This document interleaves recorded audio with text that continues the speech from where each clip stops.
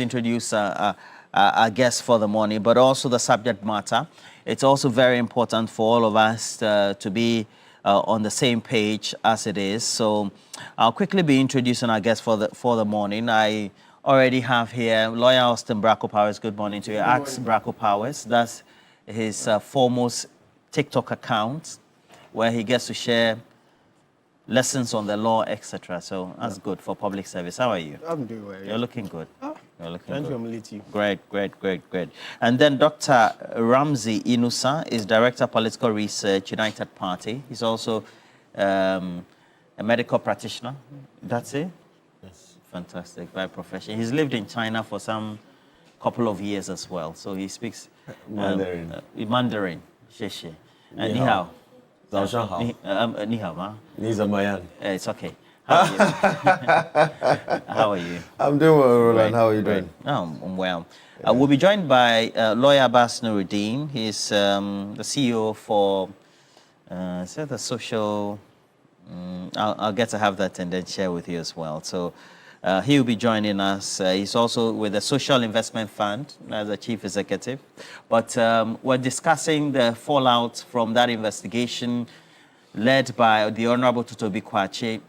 And the investigation committee was put together by the leadership of the NDC. And so they sat, Baba Jamal appeared as well, and others also invited. They did as well. He issued a statement, but also he made a statement after that as well. So he made a statement after the committee sitting. I've been invited to meet the committee later today, and as I said, I will make myself available for any investigation to go on so that our names will be cleared, so that everybody will have confidence in the system. We don't have anything to hide, and so we will make ourselves available to go and respond to whatever investigation that they want to conduct. What message do you have for your supporters?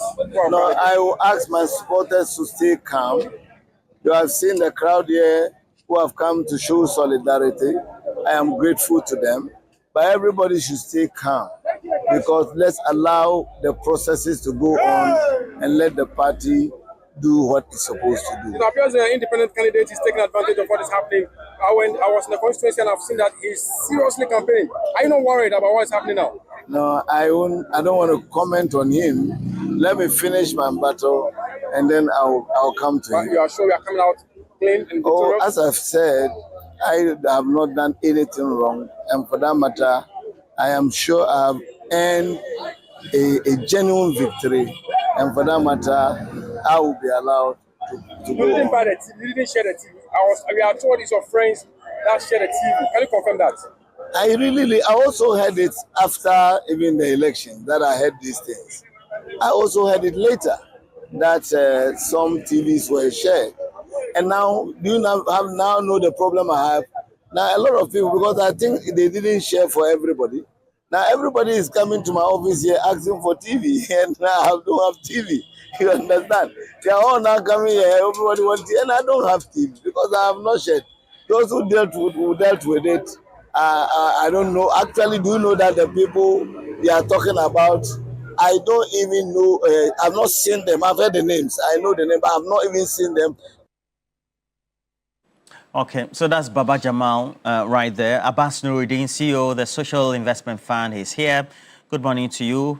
Good morning, he's Roland. also the communication officer for the NDC, still in acting position for the Ashanti region.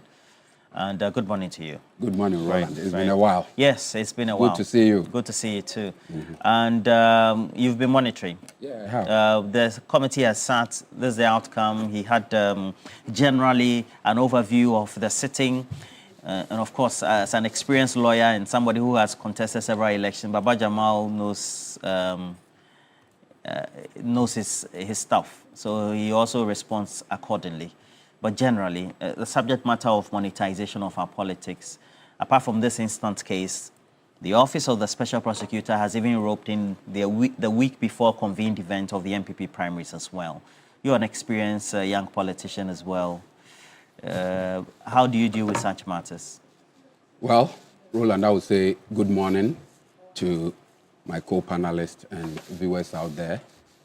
I think the issue of monetization of voter inducement, as unfortunate as it may be, has become part of our political subculture, such that immediately you put yourself up for elections, people believe you must have a deep pocket. So in Ghana today, your electability is not based on competence or experience or your policy depth alone, but how deep your pocket is. So pervasive is this culture to the point that most of the time it is the delegate. After you've gone, you've done all the campaigns, they will ask you, especially in the Akampalans, Nanekrakra, what do you have for us? And if you monitor the MPP primaries, you would realize there were some delegates who came live on TV saying they have received envelopes from particular candidates, but they have not heard from the others. So if they don't hear from them, they will treat them as outcasts. This is how endemic the issue of monetization has become. And it is all as a result of our subculture, our political culture. In Ghana, essentially, we operate the patron-client political relationship. Explain that for me. Patron clientelism, as the political scientists say, we do politics of patronage, where people don't see the sacred right to exercise their vote as a right that is given by the Constitution, by this a right that they have to monetize to probably enrich themselves. So somebody think, why should I even go and vote for you to go and enrich yourself and your family? There should be something in there for me. So if you had followed elections of late, you realize that people will go for their ID cards and hang around the polling center. This is my ID card. If you don't give me money, I will not vote. So I think as a country, we need to relook at our whole electoral architecture, particularly in the intra-party politics that we do. We need to look at the delegate system. We need to possibly expand so that the numbers become so huge that no monetary influence will be brought down or cannot influence the minds of the people. Quite apart from that, everybody is condemning this issue about voter inducement and all of that. But when it gets to the point of exacting sanctions, you hear people say, no, don't do it. Everybody even does the parties, it. Yes, apart from the recent one, have been I was very well restrained until... I was monitoring TV3 this morning, and most of the people who called, they means no words in saying that the issue of vote buying is bad, but they end by pleading for those who engage in this money vote buying. Even delegates. Yes. One particular one was called Philip. Yes. He says that there's nothing wrong with that. So I think... there's some in Philip as well. I think the NDC has done so well by taking the bull by the horn. This is the first time in our electoral history that a party is taking that bold step to confront the issue of monocracy, first by issuing a statement to condemn it, secondly by going beyond the issuance of the statement to form a committee to look into it. So for now, I would urge a bit of restraint. I will say we hold our horses until the committee brings finality to its assignment and we look at the recommendation they proffer. Then we probably can have an informed discussion on this issue of monocracy and vote buying. Now, particularly when I think everybody's enraged because this one is glaringly on voting day and it's real time on social media and even captured by mainstream media as well. But if you're contesting the election, it also means that you prepare a proper budget. I mean, in the sense of proper. Is that as I said earlier, if you don't have money, you don't need to venture into politics now. You see, so if you look at recent elections, candidates who don't send envelopes to delegates put up a poor showing. If the recent MPP primaries is anything to go by, the delegates said they did not hear from Kwabena Japan and Dr. Aduchum. And incidentally, they are the ones that performed the poorest. So it tells you that there is a certain correlation between monetary inducement and the electoral choices of the people. And you know, in our criminal code, the Criminal and Other Offences Act 1960-29, giving money to influence the voter, the choice of vote of a delegate or a voter is a crime, punishable by some custodial sentences. So I think we need to be measured. First, the political parties must take a bold stance against monetization and vote buying, as the NDC has done. The majority caucus has come out to more or less call on the party to annul the Ayawaso East by-election and possibly jettison all the aspirant and go for a compromise candidate. Some people out there are condemning them. They think their posture is holier than thou, and probably they also are engaged in the same. But the fact that a wrong has been allowed to fester for a long period does not all of a sudden make it right. They get to a point where we need Roland to say enough is enough. And I think this is the turning point. We need to nip this issue of voter inducement in the bud, because it reduces intra-party politics to a marketplace instead of a contest of ideas. And this defeats the whole essence of democracy. So I am hopeful that the NDC will do right by its own social democratic ideals and take a decision that would more or less send a clear signal to those who seek to contest elections in the future that monocracy will not be entertained in the party. For the MPP, I don't think they would have much to say, because they introduced this whole thing of voter inducement. Why do you say they introduced? Aren't you rather creating politicization of the subject? If we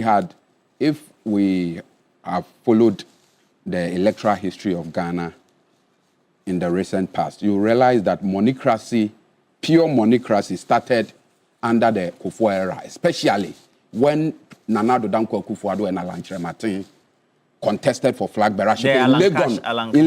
You see, so one candidate, the trump card of one candidate was the fact that he has the deepest pocket. And we all saw what happened in Legon, where somebody had to slap somebody because he was doling out money. There have been instances in MPP during primaries where cars are being distributed. But what I have realized is that Ghanaians hold NDC to a much higher ethical standards when it comes to political behavior than the NDC.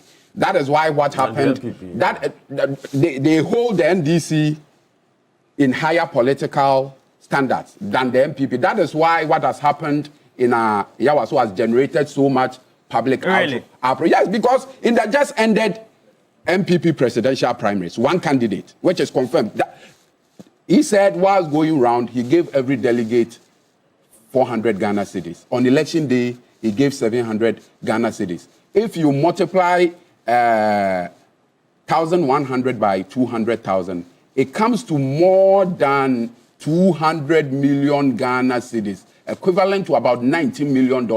Nobody is talking about it because they think for the MPP it's normal. Nobody is calling for a lifestyle audit. But if this had happened in the NDC, you would see people in the NDC coming out to condemn. Those who have been loudest in their condemnation of Baba Jamal have not been MPP people. It has been NDC. If you go to social media, you see it. So I think the only hope for this country in terms of saving our elective politics from this scourge of monocracy and monetization is the NDC. And Ghanaians have shown clearly by the way they have taken the NDC on and look the other way when it involves the MPP. United Party, at the end of the day, it's a canker. And the last time, I think off air, I was telling you that if the United Party wants to make inroads, let's say win a couple of seats, as a party of its own, you need to have money. And you even retorted, where are we going to get the money? Because you can't come with your ideals, your principles, and your morality, and the Ghanaian voter, by way of choice, will gravitate towards that. The voter behavior seems to have changed. At the end of the day, the action taken by the NDC leadership to undertake the investigation is being, again, praised. Yesterday, I did speak to Professor Jemambafo, who said, at times, even in the 90s, of course, at the inception of our fourth Republican democracy, they will share clubs, they will share enamels and things like that. Then we gravitated. So we started from a certain genesis. And so I said that once we're growing as a country, the GDP is becoming big. We practice a free market economy. And so money is being concentrated in certain hands. Those hands are calling the shots and directing the political activism and the conversation. It's bigger than we're having at the table. How do we ensure inclusivity and then take parts of the country, which are the minorities, as part of this conversation to participate in the democratic process if we don't stop the phenomenon? Well, Roland, let me say good morning to your good self and to our cherished viewers out there and to my co-panelists this morning. Indeed, vote buying, the phenomenon of vote buying in our political landscape is repugnant and inimical to our democracy. Unfortunately, it does not give equal standing, and it sets a lot of barriers for other political parties and for their voices to be heard. And I quite concur with the fact that as it is with the current trend and the current psychic of our voters, it will take a lot from us in the United Party to indeed make an inroad when it comes to elections in this country. However, Roland, I think that it starts with a revolution of the mindsets and the behavior of Ghanaians.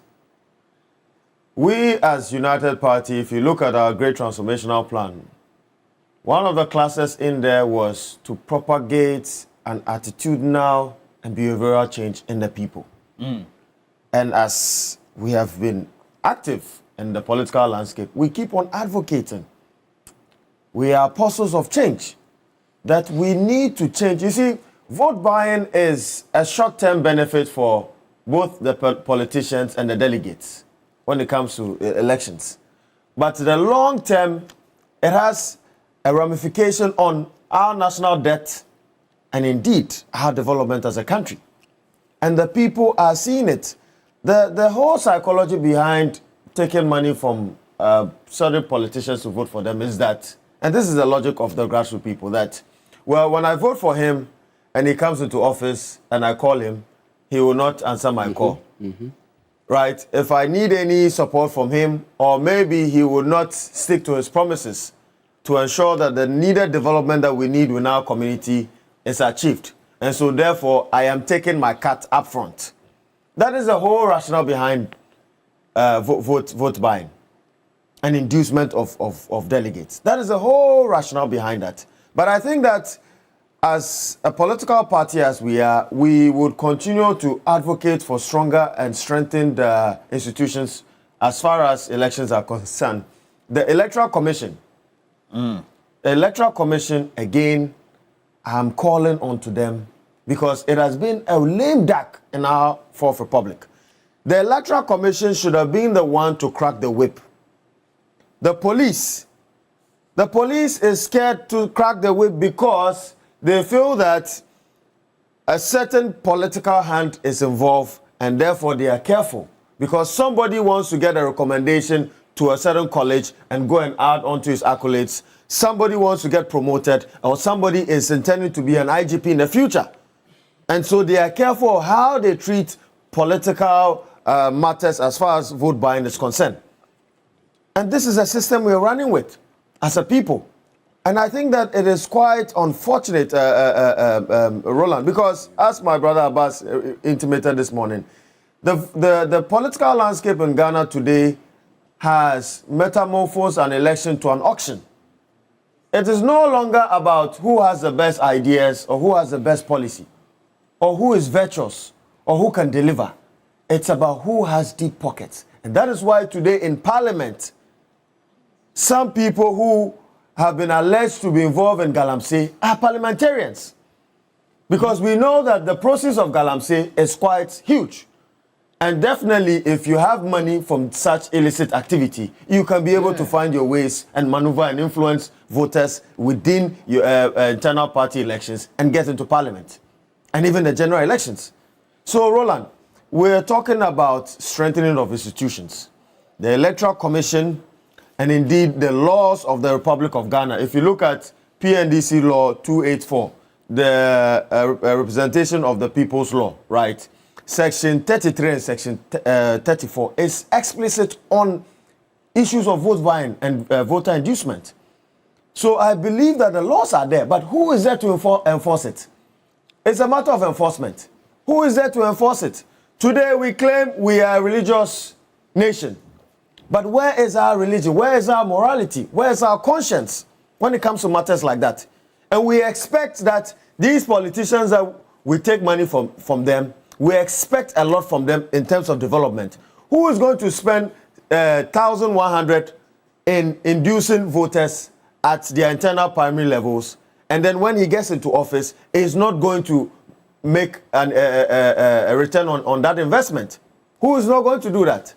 And that is why you realize that the avenue for soul sourcing has been the single window for certain corrupt politicians to make money from the public purse.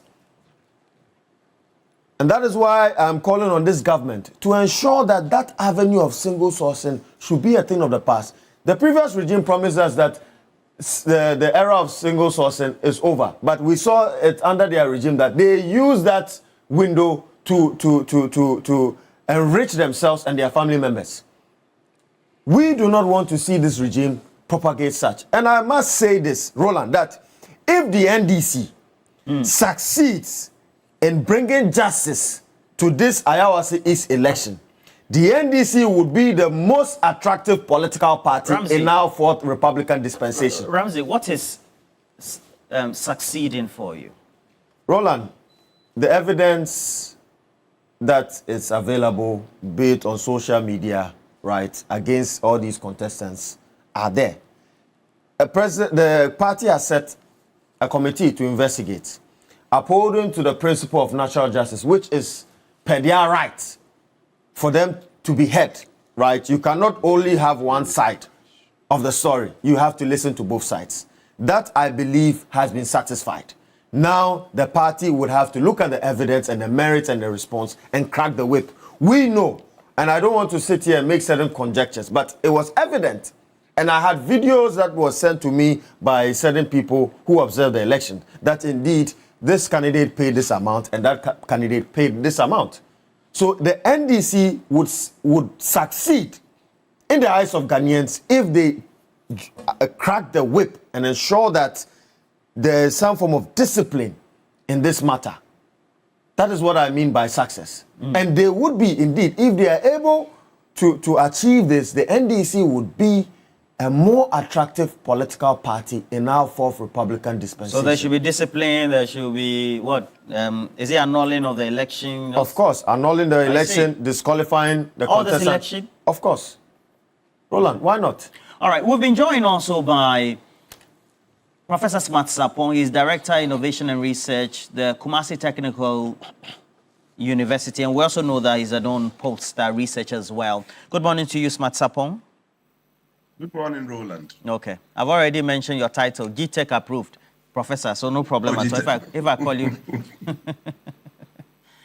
But Austin Welcome. Braco Powers, we have matters on our hands. This morning, Guy G even gave me another message I didn't read because of lack of time. He said, we've had this phenomenon. There were even cars shared prior to 2016, and so we've even had, there was a contest. We had iPhones being shared, you know, as well. And it looks like the elections are being sold to the highest bidder, to the point that he even says that has now permeated all sort of elections within the public space, whether it's even for private member associations, even student elections, member exactly. associations, or even community associations, where the psyche is that we've developed a social trait or culture or subculture where we have to incentivize. And then it's become a problem. The NDC is doing this. Do you think that perhaps they also need the support of the MPP and then, of course, the United Party? They're always tagging along to make sure that they do what is right because they are at the other side, so that this is brought down. There needs to be control, is that not it? Well, and I'm asking myself, is this new? Is it a new phenomenon? No, it's not. Are we now discovering it? No. This has been with us. You remember you even intimated about you talked about the conversation you had with a senior citizen. Professor Bafwa, where he indicated that this had been with us for so many years. In fact, I've heard many say that this is illegal or criminal, and that it amounts to a crime. And I'm normally, when I hear such comments, I cringe, because where are they coming from? Well, the thing is that vote buying during internal partisan or party politics is not a crime in this country. Really? Yes. Vote buying? Yes. Hey. It's not a crime in this country. The PNDC law 284? Let him proceed. Relax. The thing is that vote buying, when you read all the relevant provisions, read section 256 of Act 29 as amended, read the representation of people law, PNDC, 284. Read section 18, 19, 20. Okay. In fact, there is no provision that says that where vote buying takes place during internal politics is a crime. Now, when you read it, says public elections. What is public elections? It's public National elections. Yes. No. Public elections, internal partisan election is not part of it. It's a public election. It's not. Political parties are public institutions. That is why we submit our audited account to the election. There are various forms of... Okay. They are not public institutions. You see, sometimes, let's not pick terms and run with it. So I get it. So you support vote buying? No. I'm just trying to situate the conversation, because we are getting the conversation wrong. When we say political parties are public institutions, they are not public institutions. We use the term because they are open to the public and they are responsible. But political parties are not public institutions, as in the nature of electoral commissions. Yes. So don't sit and be saying that there are various forms of public institutions. No, relax. Political parties are not public institutions. We should get this conversation right. And Roland, they are private institutions. The thing is that there is vote buying during internal parties. So what are they? Aren't they registered? No, they are registered. They are regulated. But that's what I'm saying, that there's no law that says that vote buying during internal politics is a crime. Now, I've given you section 256. There's nowhere public elections, internal partisan election is not public elections. You get to let nobody convince but we're the having public. this conversation, lawyer Austin Braco, because it's the internal election that fits into the national. So why has the special prosecutor invited the MPP presidential aspirant? Then I will explain. I think this is a form. So relax. This is a source of public. So relax. I will explain it to you. Source of public information. Relax. So whatever information we put out there as much as possible. Okay, relax. So it should relax. It should relax. The thing is that there's no law whatsoever, and I'm putting it on record. There's no law. Okay, the OSP is investigating because of the intermarriage, the interface between politically exposed people. When you look at Section 3 of the OSP Act, Act 959, it gives the OSP an opportunity to investigate corruption or corruption-related activities where persons are politically exposed. Now, when you read Section 79 of the OSP Act, it defines who a politically exposed person is. Senior government officials, senior officials within political parties. So where there's an interface between a senior political figure and a senior government official, that is where the OSP can trigger its authority. So let's not confuse matters. Hold on. Let's not confuse matters. The OSP is coming because of the interface between senior political figures. Now, don't forget that Baba Jama is a government appointee. And the NPP... Whoever, they are political figures, senior. So that's what I'm saying. That when you read Section 79 of the OSP Act 959, it defines a politically exposed person to include senior political party figures. Now, which is why the OSP has triggered its jurisdiction. Now, ask yourself, if it was an ordinary individual, would the OSP have triggered it? Because the person is not a politically exposed by the definition of the OSP Act. So, let's not confuse or muddy the waters and pick certain provisions and be running away with them. There's no provision. So, you see, the lacuna is coming from the fact that the Political Parties Act 2000, which was supposed to have injected some confidence, which was supposed to, because don't forget that the act was enacted to streamline political parties. So that act was supposed to have been clear on those provisions. But it is quiet, it is silent on that. So there's no law. 256 does not regulate internal party politics, which is why over the years we will not be able to take. Point? That we need a thorough. So the point is that legislation. Our anger must be directed at the government and parliament to enact the relevant provisions to nip such practices in the bud. The Political Parties Act must be amended because that is a specialized act catering for the management of political parties. So we need that provisions in that act. But 256 and the rest that we are quoting do not. And the thing is that, Roland. Not even the PNDC. No, it doesn't cater for it. It doesn't, because even when what does it do? Is it representation of people law? In fact, what does it do? It regulates elections, public elections. So 33, let me read it for you. Can I? Okay, you can go ahead.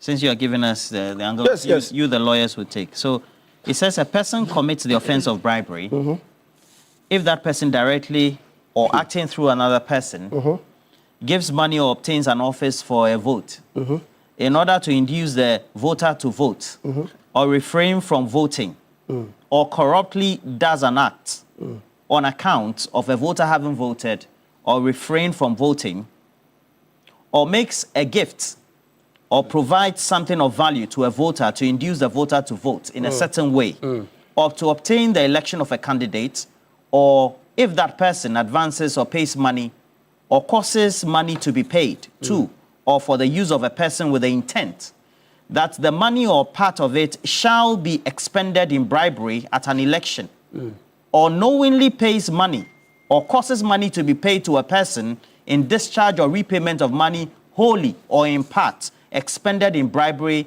at an election, or if before or during an election that person directly or indirectly or through another person acting on that person's behalf receives, agrees, or contract for money, gift, a loan, or valuable consideration, or an office, place or employment for that person or for another person for voting or agreeing to vote, or for refraining or agreeing to refrain from voting, and continues. Well, I'm simple. It's still not specific. No, you're simple. My simple answer to you is that this is a special law. In fact, there are two types of laws. Relax. You have to listen. You see, there are two special types of law. We have special laws that regulate specific activities. This is a special law regulating national election. This is not a general law. No, but you are saying that there's no law. That's what I'm saying, that this is a special law regulating national elections. Okay. National elections. This is a special law. Do you understand? That's what I'm telling you, that the Political Parties Act 2000, which is supposed to protect, which is a specialized law for political parties, was supposed to have been clear on that provision. Now, Roland, the thing is that having intimated that there's no law regulating vote buying during internal party politics, it is important to put across that political parties have responsibilities under Article 55.5 of the 1992 Constitution to organize their internal processes to be in consonance with the provisions of the 1992 Constitution. So, it falls down on the political parties to also weed out such practices. But I've gone through all the political parties, the constitution of the various political parties. There's no clear-cut provisions on that. But I am convinced that the political parties can subsume matters of vote buying under the various provisions governing or regulating their disciplinary procedures. So when you look at Article 40 of the NDC Constitution, it provides for a mechanism to be put in place to discipline party members where they commit acts seen to be acts that will affect the image of the party. When you look at the NPP too, when you look at Article 4 of the NPP Constitution, it also gives the party an opportunity to slap or impose disciplinary measures or sanctions on party members who misconduct themselves. So I'm saying that there's no national law, but the political parties have a legal framework within which they can be able to address issues of vote buying. This begs the question, why are we incensed? That's why I'm saying that, Roland, our anger should be directed at the government and Parliament of Ghana, to do the needful. Why are they not doing it? Which is? Which is that they must review and amend the Political Parties Act to include in it, because it is a specialized act that regulates and streamline operations of political parties. The absence of clearly provided provisions affects the management of political parties. So we must get the conversation right. Let's not be picking provisions or be running with them. Words have, in fact, when it comes to legal matters, words have meaning, and words are clearly defined. That's why you look at that's why they provide interpretations in the various acts. Had it not be that, they would have just used certain terminologies and just leave them like that. But we have provisions regulating interpretation. So, Roland, the takeaway is that there's no provision regulating vote buying during internal partisan politics. I've quoted that there's section 256 of for internal. By external, there is. External, there is. In fact, government during its external election, an example would be during the by-election equity. There were government projects, project being constructed or road being constructed by the government. Is that not vote buying? Is that not vote buying? In fact, political clientelism or electoral clientelism. This is how it starts. So sometimes let's not be looking for the bigger haul. It starts from minor things like that. We shouldn't kill a bird or a chicken with a sledgehammer. That's what you're saying. I won't even use the all right, Professor Smart Sapong. You have attended many internal primaries, etc.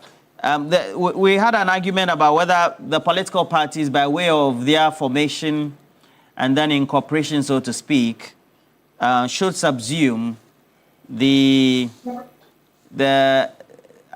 structure of being public institutions, knowing that they metamorphose into electing public officers who get to manage the various organs of state, and indeed the entire structure of the state for us.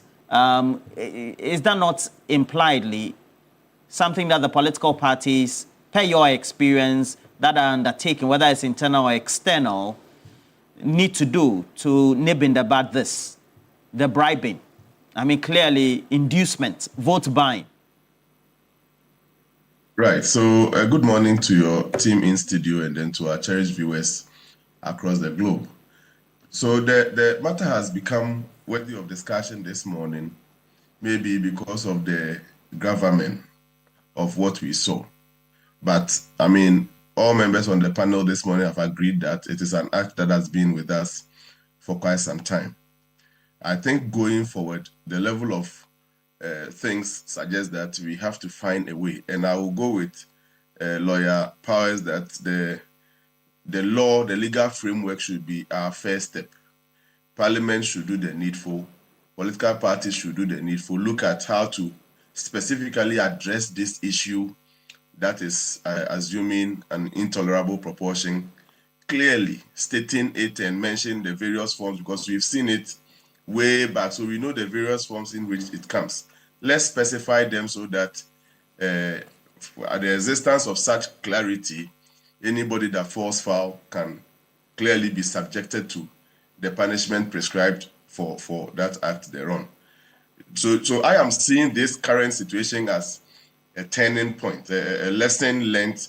We are not happy about it, and together we want to come together and avoid such occurrences for the future. So that's how I see it. For me, I don't think the current situation should lead to an annulment or whatever. It is something that almost all those who will be accusing the current guys, the lady and the four gentlemen, those who are accusing them, especially the members of parliament and politically exposed people, have all been through that. They will say they didn't share TV, but maybe they shared something else. So let's use this as the stopping point, and then use the legal regime amendments to clearly capture this, so that, because I don't see how anybody is going to succeed legally on I mean, the committee is going to find any of them liable. Even if they do, it cannot lead to an annulment of this or that. It will just be a state for guiding the next elections or so. So let's take it serious. Parliament, if we truly mean well for the Republic, let us start a certain process immediately to amend the relevant laws, some of which were quoted by a lawyer, to capture this one clearly.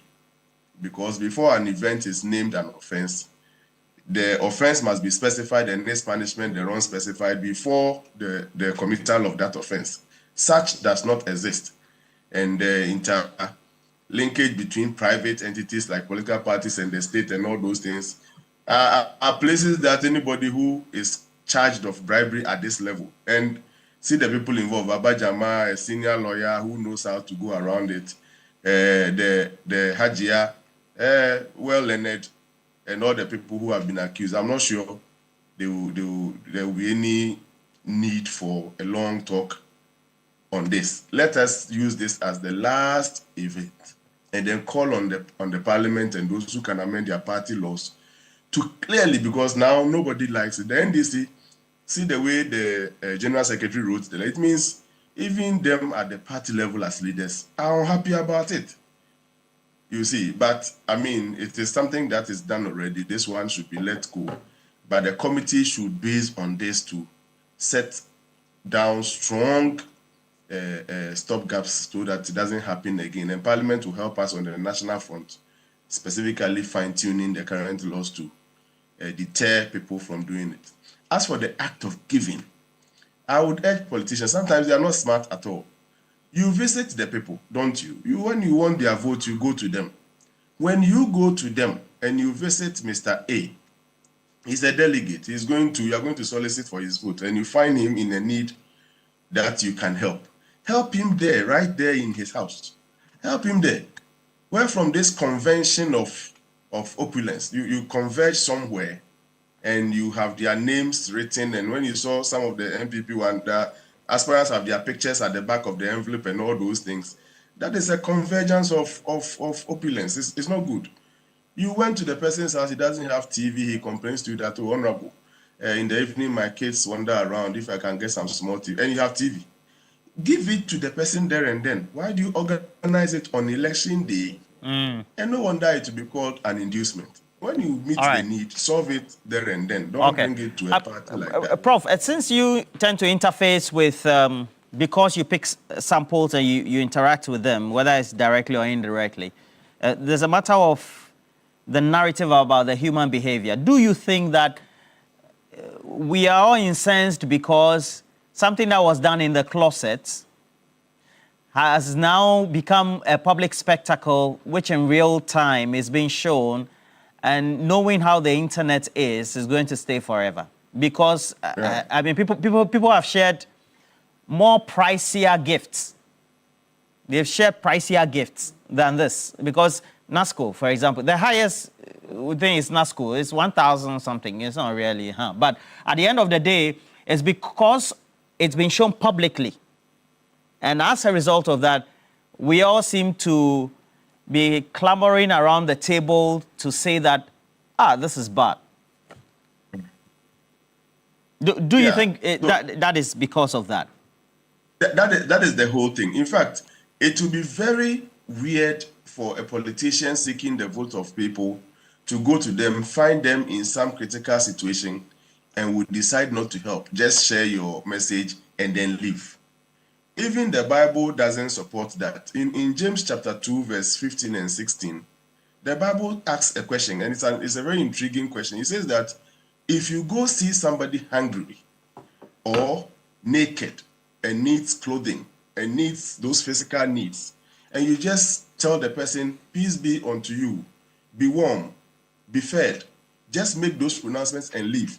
At verse 16 of James chapter 2, the Bible asks, what I don't at all have understand, we done? Professor. Are you saying that the politicians, when they're going, they are using the Bible to preach? I thought they are seeking the vote of the individuals of states who are voters to govern them. What has quoting the Bible and reading to them the Bible got to do? No, Roland, what I'm saying is that I come to you, whatever my mission, I seek your vote.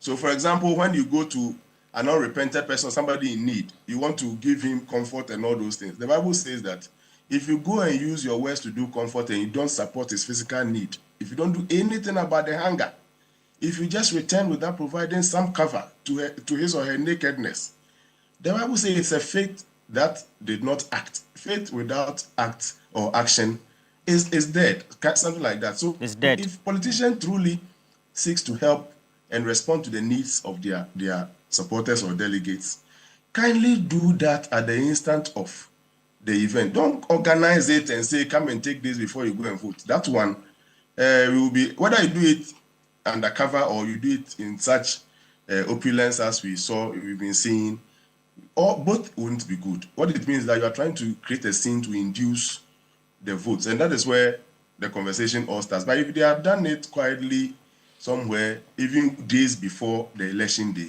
I'm not sure we would have been here talking about it. Okay. And the Electoral Commission or Ghana law suggests that a day, 24 hours to election day, no activity, political or politics-related activity should be occurring. Campaigning and all those things must halt.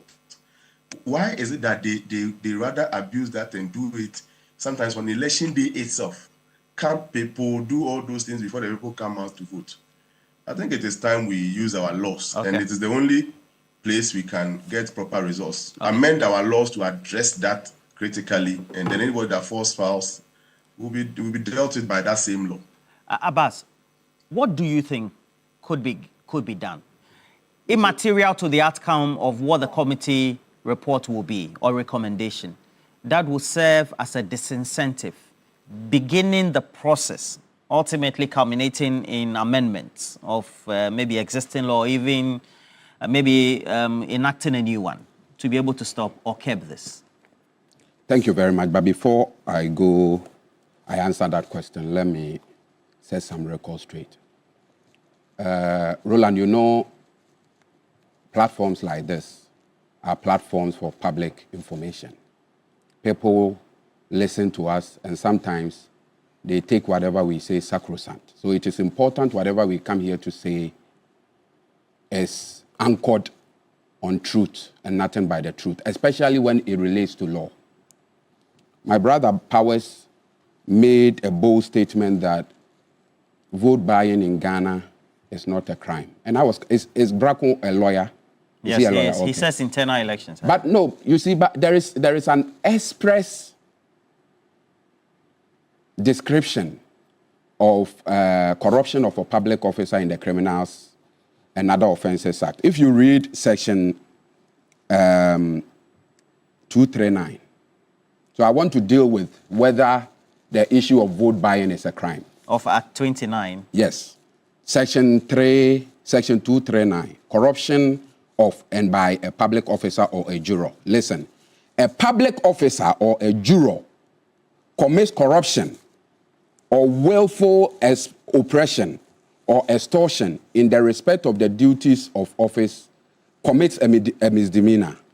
A person who corrupts any other person in respect of a duty as a public officer or a juror commits a misdemeanor. A misdemeanor is an offense punishable by a maximum sentence of 3 years. Now, come to section 240. That is where the meat is. explanation as to corruption by a public officer.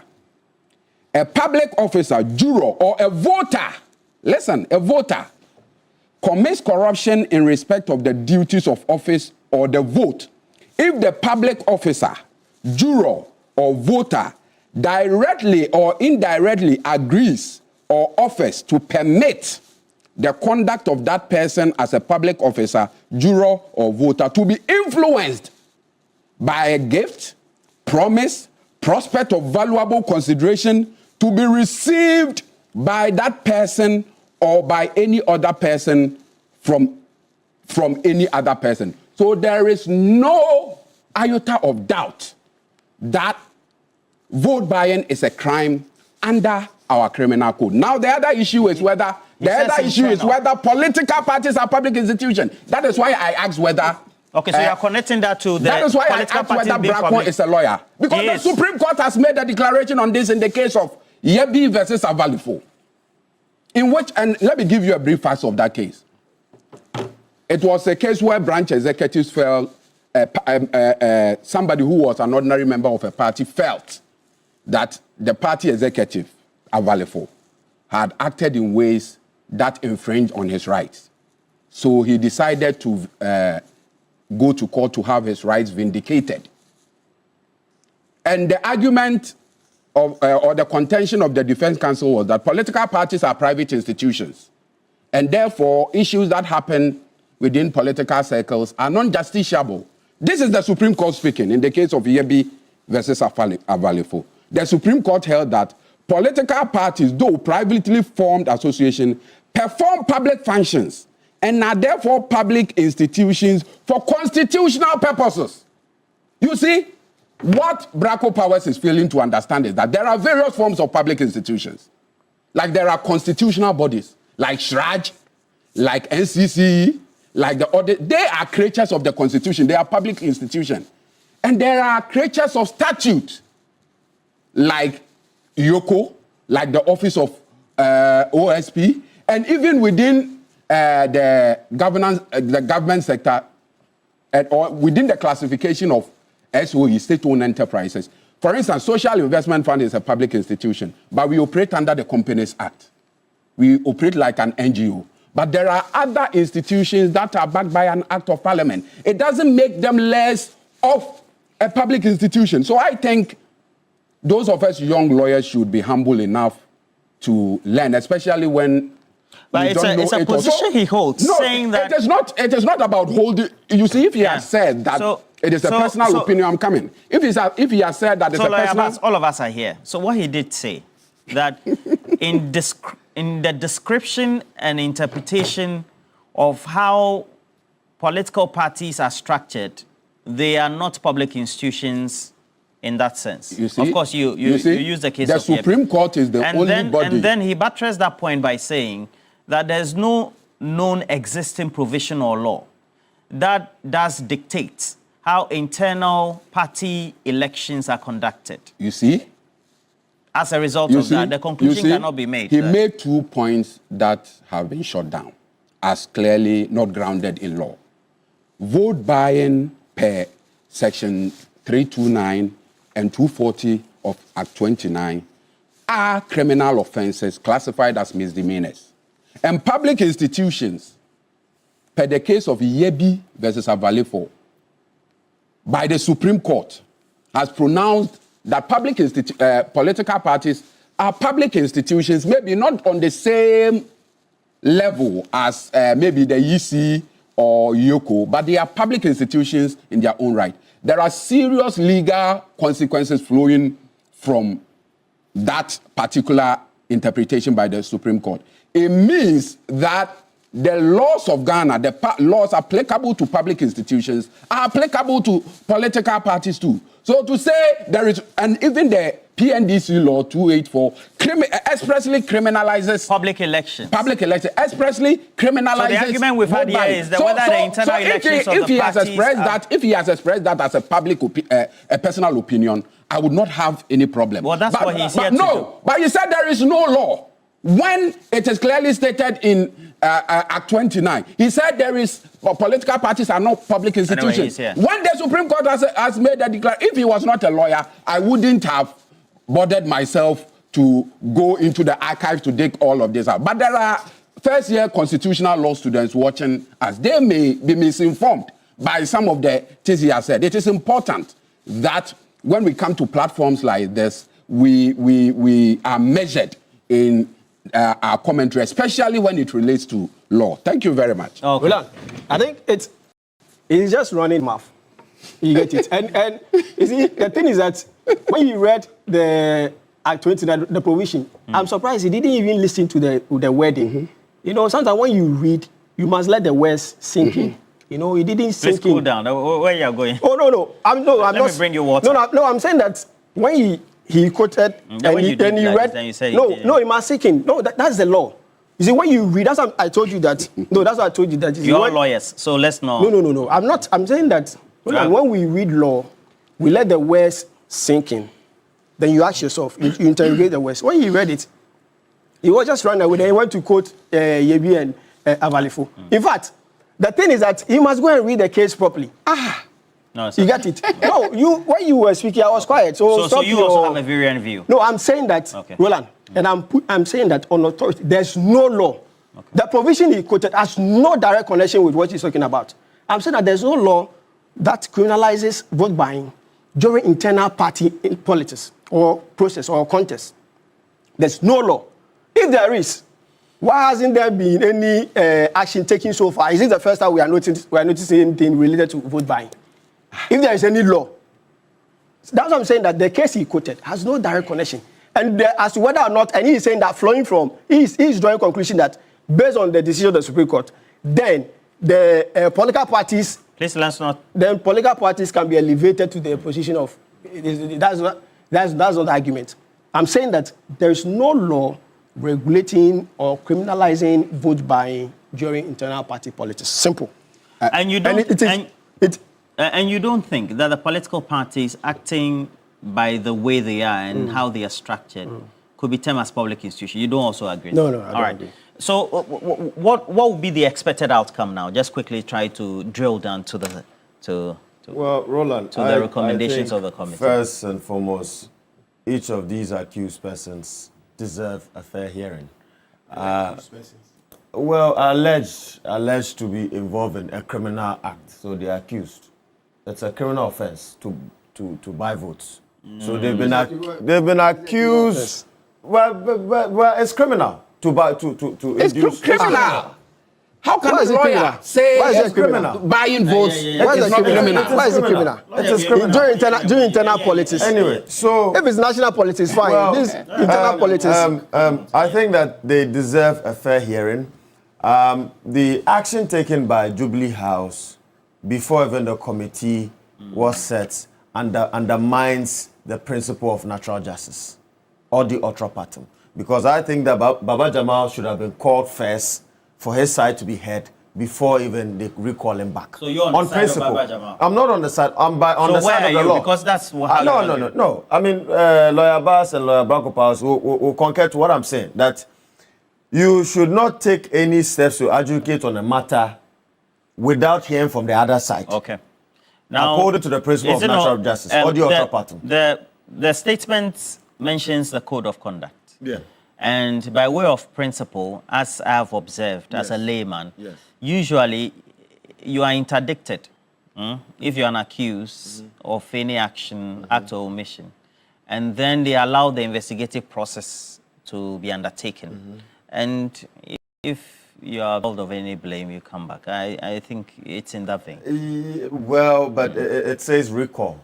So yeah, you've been recalled. You've been recalled. So I don't know as to so if you are clean, then you are called back. The nature of the letter was quite harsh in language. But anyways, Roland, what I want to see is going forward, as Lawyer Branko Powers said, is that we need to fill the gap within our laws or legal frameworks that dictates on how political parties conduct their internal party elections.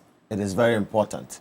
I mean, the lacuna in the law allows for politicians and political parties to go away with very important criminal offenses like vote buying and voter inducement. So I believe that the majority in Parliament today is the NDC. They have come out vehemently to criticize these repugnant acts coming in from the Ayawaso East primaries. I want to see them proposing a bill to amend the Political Parties Act in the good spirit and in the good faith of saving Ghana's democracy and not allowing our democracy to metamorphose into a kakistocracy where people with deep pockets without merit would lead this country. Okay. Professor Smartsapo, yesterday I got a message from Roxy Nelson Dapamokpo, who says that alongside a number of his colleagues, they intend that will be Kukua Bisio, that's the Honorable Kukua Bisio, the Member of Parliament for Hunter West. They want to sponsor a private member's bill that is solely going to be on elections and campaign financing in Ghana, because this one is just a smaller discussion we're having about campaign financing altogether. Because just the last week, we have a candidate for the MPP in Adenta said she spent 8.5 million.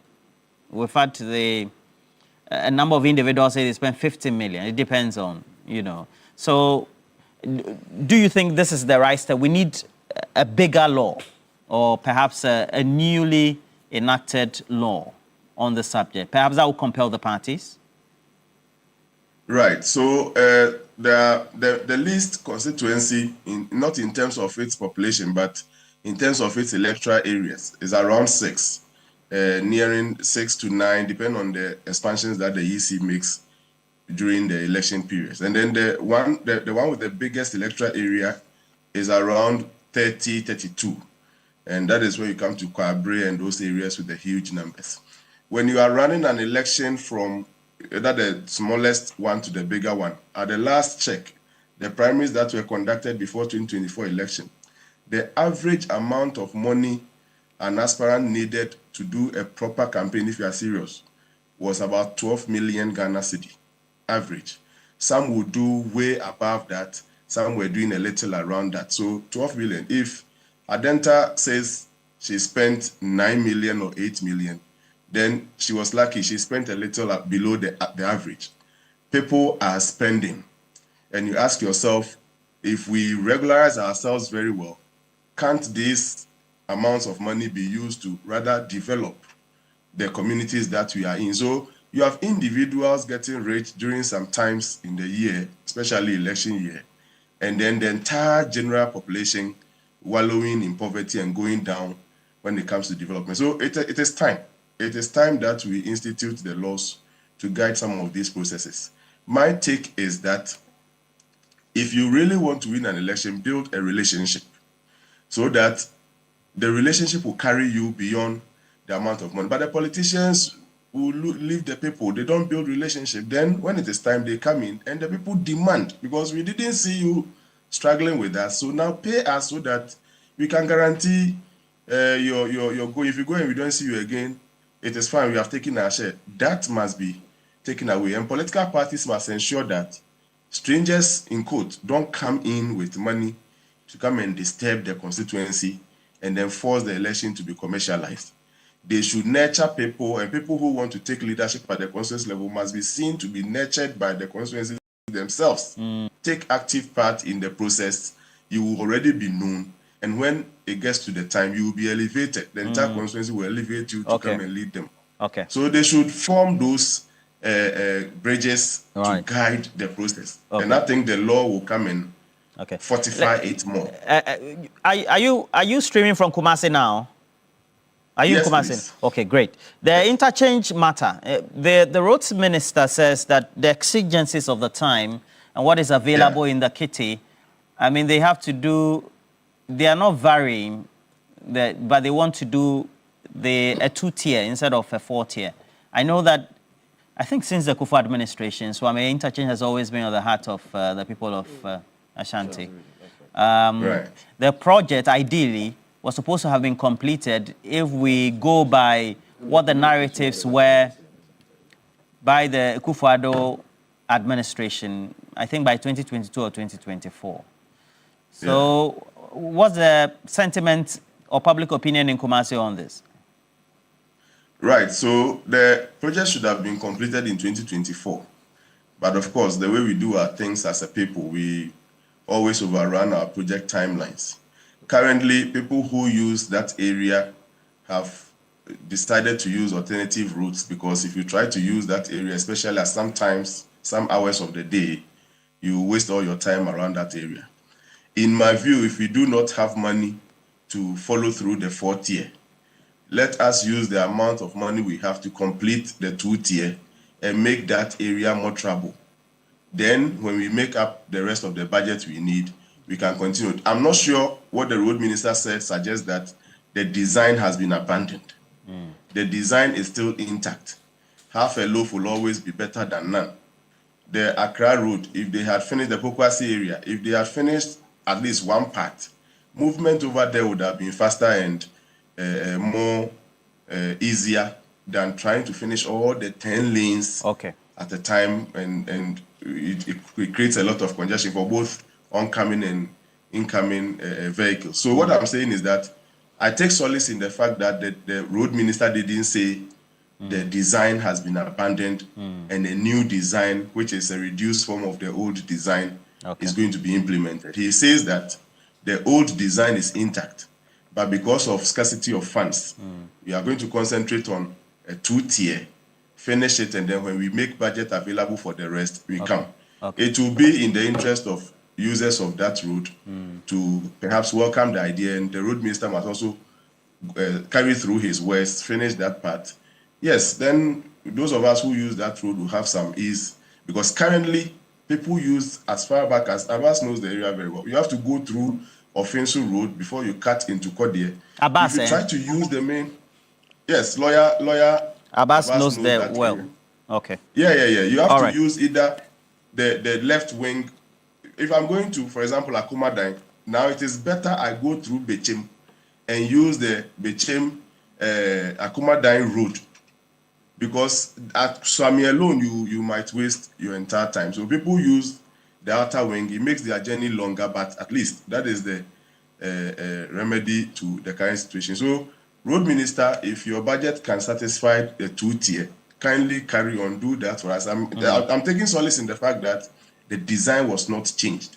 What it means is that when we get money, we will do the rest. Abbas, this one, just spend only 2 minutes or 1.5 minutes if you can. I know that you worked in the heart of Ashanti and the whole of Ashanti because of the political position you held in the interactions. It's been a long-standing battle to be able to complete this. Now we have the Member of Parliament for Bantama, a former roads minister, wading in, so it seemed to have perhaps muddied the waters. But let's have a very well-delineated conversation. You see, but Roland, the key question to ask is now who caused them? I don't understand. Now who caused them? MPP was in power for 8 years. And at the time they were leaving office, the Suame interchange was not even up to 10% completion. I did a video on that. And the worst part of it is that, they were supposed to finance the Suame interchange with a 156 million euro facility from Deutsche Bank SAE. And because of the economic challenges they faced, their inability to fulfill their contractual obligations, most of these contractors abandoned site. So drawing down on that fund to complete the project became a challenge. So in 2022, they repurposed the 750 million Afri-Exim facility for the Ofanko and Nsawam Road and the Suame interchange. Okay. At the time, at the time they left office, the 750 million has been completely depleted. But both the Ofanko and Nsawam and the Suame interchange had not been completed. So I think the last people to talk about Suame interchange are those in MPP, especially the MP, especially the former roads minister. You see, President Mahama came in at a time when there was no funding sources for the Suame interchange. But because he sees the relevance of the Suame, the Suame roundabout more or less is supposed to be a transport link between southern and northern Ghana.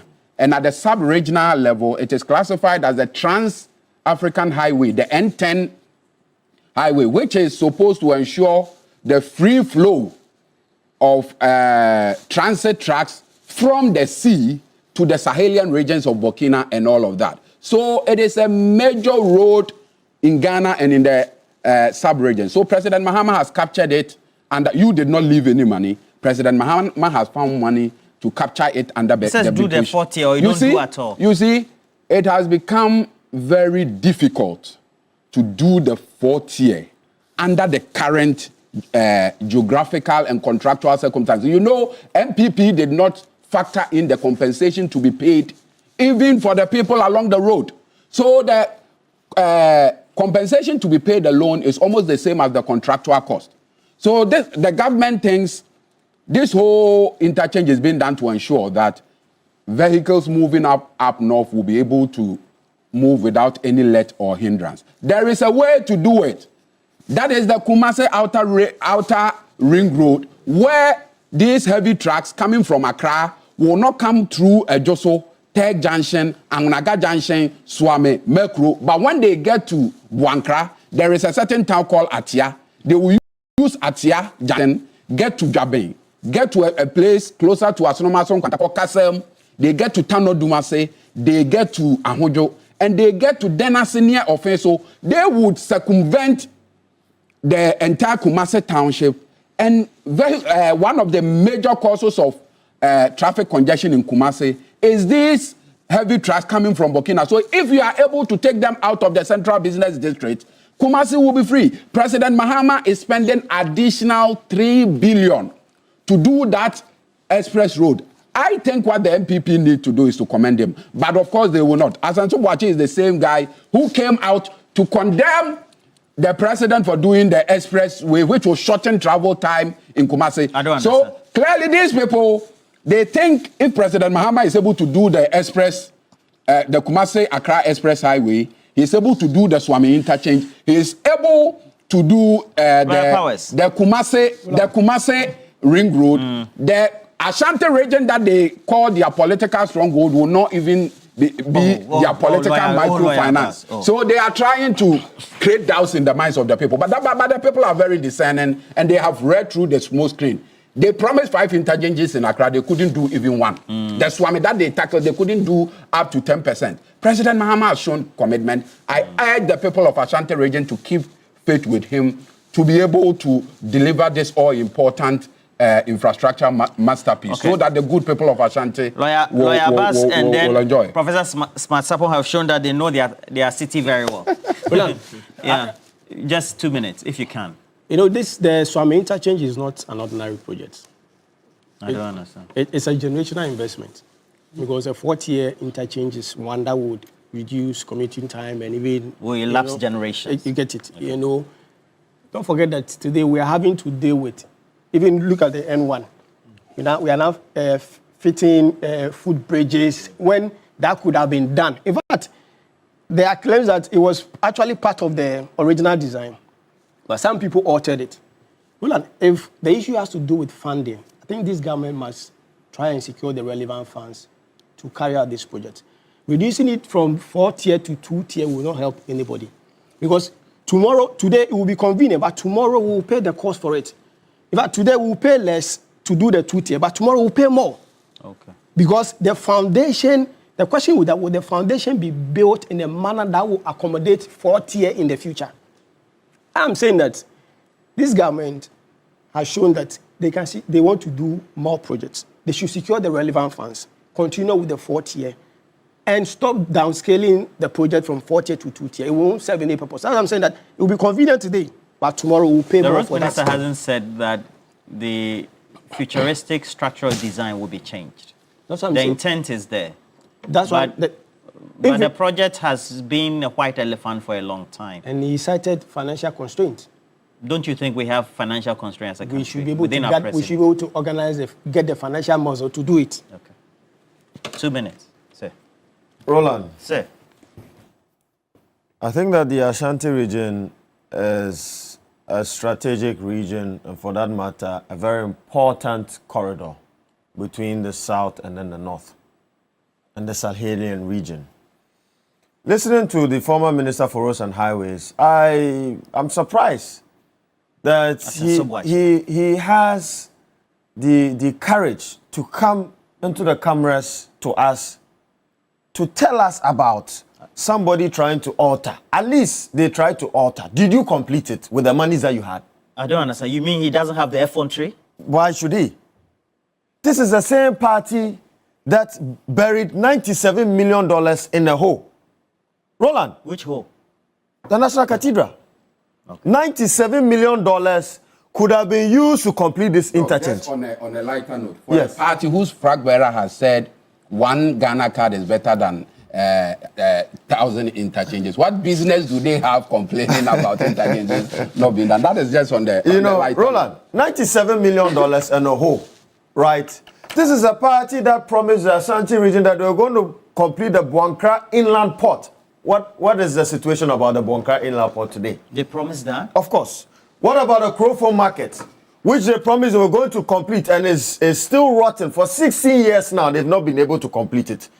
And to add insult onto injury, Roland, the Ashanti Hini Otunfo Osetutu, the second, had to solicit for funds about $10 million to rehabilitate the Konfanochi Teaching Hospital. Yes, still, you have a party which claim that their stronghold is the Ashanti region, that they claim that they love the people of the Ashanti region, but yes, still, they failed them.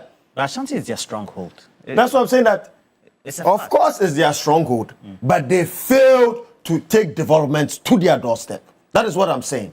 And so they do not have no right, they have no right to know whatsoever to come and dictate to the people of Ghana or to dictate to the incumbent government on what is best. But this is the resolution of the United Party. I think that where issues of financial constraints are relevant, I mean, to give as an excuse. But if you look at our great transformational plan, we propose other funding mechanisms to mitigate issues of financial gap. And we advise that the Ministry of Finance, together with the central bank, should create what we call an infrastructure bond. That you can raise money locally in cities to give to contractors or finance infrastructure development projects across the length and breadth of this country. Okay. So I think that the Minister for Roads and Highways should take this proposition from us that they should liaise with the central bank and raise infrastructure bonds so that they can be able to finance and bridge the gap of financing deficit on this infrastructure. Kofi Kwatinyam Nkukru is just referring me to the formal statements on the site or the pages on Facebook particularly and other social media of the Ministry of Roads. And the minister says that the Suame interchange from a 4 to 3 tier alongside the construction of the Kumasi outer ring road. Okay. And then mention some of the interconnecting diversions to make sure the east traffic from main town or main areas. To clarify as well, Roland, it is not a 2-tier that they intend to do. It's a 3-tier. It's a 3-tier. It's not a 2-tier. So it's a false. It's a fallacy. It's a fallacy. Right. Fallacy. Absolute fallacy. In the grounded by facts. The MPP, All right. But the Minister of Roads has been in the position before, hasn't he? So Roland, has he been able to come? He should come and explain to us the $750 million that Abbas reiterated. That how is it that you raise money, which is not from our taxes, by the way, but it's a loan, which we'll pay an interest on. But the money has been chopped and the project is still lying there. Look at the Suame of when you say the money has been chopped, it's just been reallocated to other pressing areas at the time because of the DDEP, and then we had to go renegotiate with our Are you holding Roland, are you brief for them? Are you part of the consultants for no, this just matter? making. No, I'm asking. Maybe if you are a consultant on those let me say projects, thank you, gentlemen, for coming, and also the two lawyers. Yes, nearly fought. Today, I nearly became a judge. I nearly became a judge today. No, but allow them. GTEC approved. And greetings to my good friend, Professor Since Sampo. Dr. Baumia, I haven't had a conversation with you on the subject. Unfortunately, the time is up. So, but I think that we need to find a thorough day, maybe tomorrow, if Solo and the team come. We'll have to talk comprehensively about some of these vexed matters. Okay, Very well. campaign, Very financing, and then also the timelines for the parties. You know the subject matter of the expanded delegate system as a cure for this. The monetization. Yes, exactly. I don't know whether some of you hold view. So we'll try and premise that well so that we'll come again. Okay. Thank you so much. Very well. It's always a delight to have all of you right here. Lawyer Bass, thank you. Lawyer Bracco Powers as well. And then, of course, Dr. Ramsey. The other name is what?